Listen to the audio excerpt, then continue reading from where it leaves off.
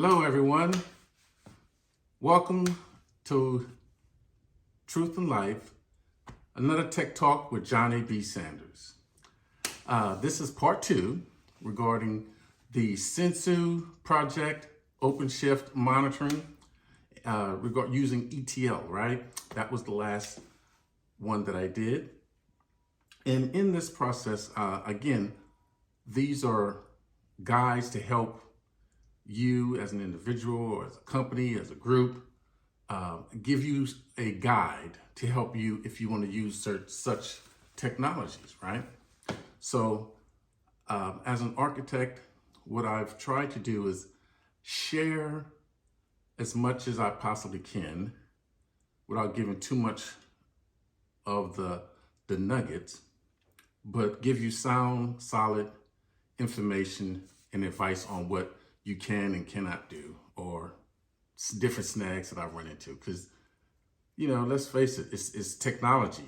You're going to run into some snags here and there, especially when it gets ready to come to coding and configuring certain technology to fit and customize to what you want to do or what your company wants to do, okay? So Sensu for metrics, event collection software, SIVA ISRP certification, Sensu. Also, we use something called ELK. This is another technology that works with the Sensu for metrics. ELK helps with the monitoring of the data transformation, the storage, and visualization, okay?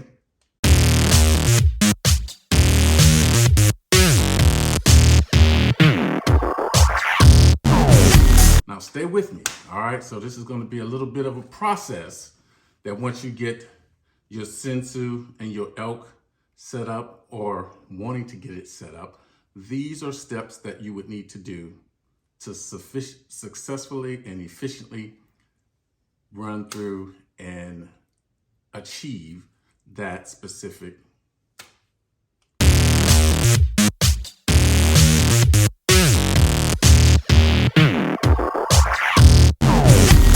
All right, now hang in there with me, all right? So the next steps is going to be the process of putting Sensu agents and ELK into place so you can use this specific technology, okay? So the first thing that you want to do is take the Sensu agent, send it to the file beat logs, and go through something what we have called the Linux server host, okay? The data will then go through the Sensu server nodes. Now, depending on how you have things set up, or again, scalability, right? You may have 1 through 5 nodes or 1 through 10, okay? However you need it set up, that's what you do. And then you go back to the log stash nodes. You want to set them up with the same number of Sensu server nodes. So if it's 1 through 5, 1 through 5. If it's 1 through 10, do 1 through 10. The data will then go through the elastic data nodes, okay? Then it will go to the elastic master nodes, okay? Once it gets to the master nodes, the data will go back to the Kibana nodes and server clients. This is your dashboards that I spoke of before in part 1. So here we back with Kibana, which is your dashboard and monitoring cluster. Data will then go to the load balancer. Then it should be set up to go to the web browser where your clients, your users will be able to view this specific data, okay?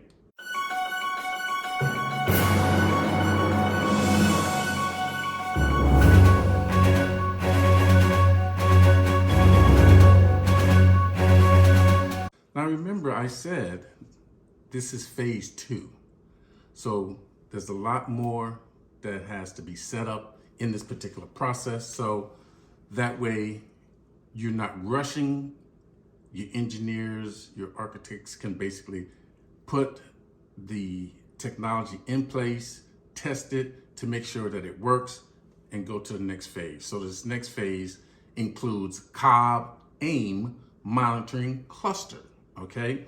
This is a collection of monitoring data from all region of where you're located. If it's North America, Europe, UK, China, however you have it set up, Canada, this would be in your region. And basically, again, this is an OpenShift cluster, right?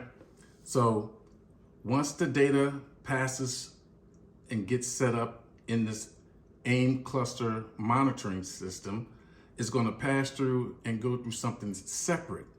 You want it to go through or have something set up, Marvel Watcher cluster. This basically is going to provide monitoring visibility into your Elasticsearch deployment to where you want the data to go. This data that is going to be deployed is going to be to support and be monitored for performances of the specific primary AIM cluster and support of alerting any type of integration with the existing systems.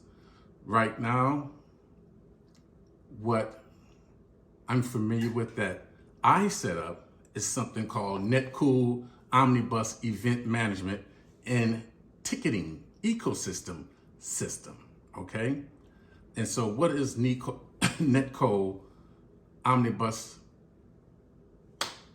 Event Management System is? Basically, it's a service level management system that delivers real-time centralized monitoring of complex networks and IT domains.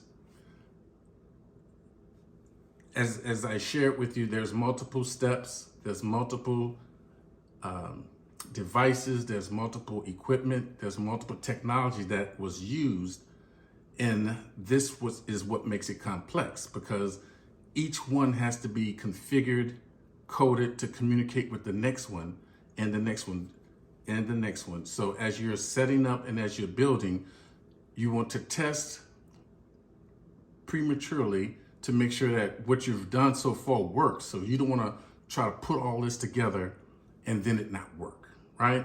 And then you got to go back and try to figure it all out.